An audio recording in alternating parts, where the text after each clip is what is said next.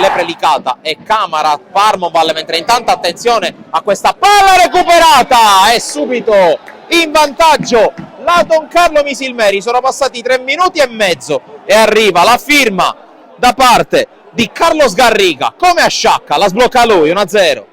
Pallone all'indietro per Lupo, cross ribattuto, Ranieri la sforbicia via, poi colpo di testa di Diallo, ancora Dos Santos, palleggia, Dos Santos, scarico per Lupo che calcia!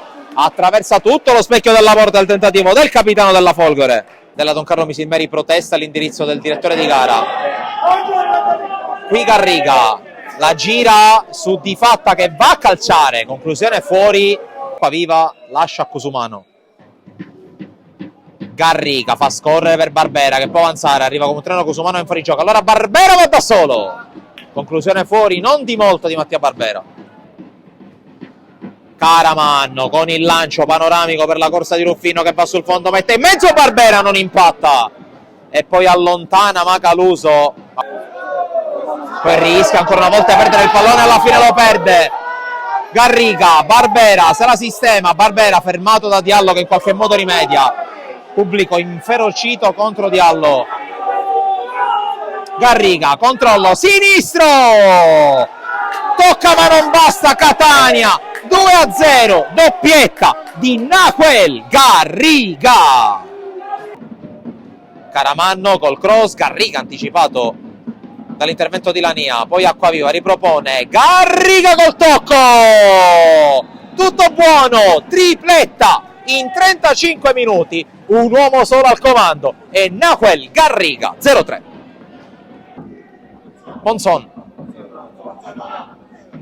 Giannè prova ad andare, accelera Giannè, incespica Caramanno, Giannè sinistro di Salvo, la tocca, calcio d'angolo. Giannè, Monzon, Salvo, la palla per Diallo che ci prova dalla distanza, Di Salvo in angolo, palla in verticale per la corsa di Gioia che posizione regolare, Gioia davanti a Di Salvo e il gol del classe 2008 che trova la Gioia di nome e di fatto, segna la Folgore e 1-3 in gol Gioia. Catania che deve controllarla, si concede anche un dribbling ma poi butta via la palla.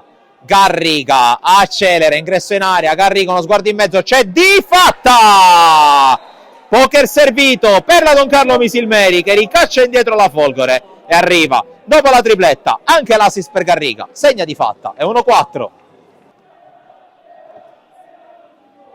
Scambio ancora tra i due, Barbera prova ad inserirsi, Barbera è più veloce, calcia!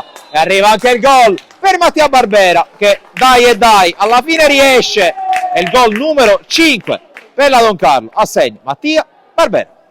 Tanto proprio D'Aquila appena entrato in campo riesce a passare, propone il mezzo, qui il tacco per Mineo, controllo e destro, la respinta Di Fatta. Se l'è divorato, non abbiamo parole.